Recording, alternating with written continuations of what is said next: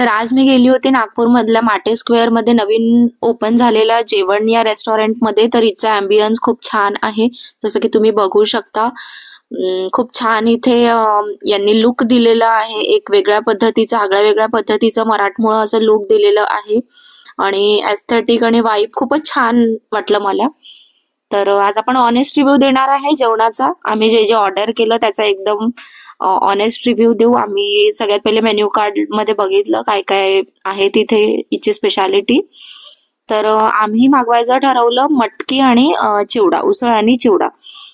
सगळ्यात आधी सोलकढी पिली. सोलकढी मध्ये नारळाचं दूध आम्हाला एकदमच कमी वाटलं, एकदम पाण्यासारखीच सोलकढी होती. आणि त्याच्यानंतर हे मटकी उसळ फक्त मोजून 3 किंवा 4 चम्मच इथे पोह्यांचा चिवडा दिला असेल. मटकी खूप जास्त प्रमाणात दिली होती, त्या मानाने चिवडा खूप कमी दिला होता त्यांनी. त्याच्यानंतर व्हेज कोफ्ता करी आम्ही मागवलेली, तर ती आम्हाला छान वाटली आणि क्वांटिटी थोडी कमी होती पण टेस्ट खूप छान होती. आम्ही ते बटर रोटी आणि भाकर घेतली होती. बटर रोटी एकदम सॉफ्ट होती आणि भाजी पण खूप छान होती, व्हेज कोफ्ता करी. त्याच्यानंतर मी भाकर मागवलेली, तर भाकर पण खूप छान होती आणि सोबत व्हेज कोफ्ता करी ती पण एकदमच छान होती टेस्टला.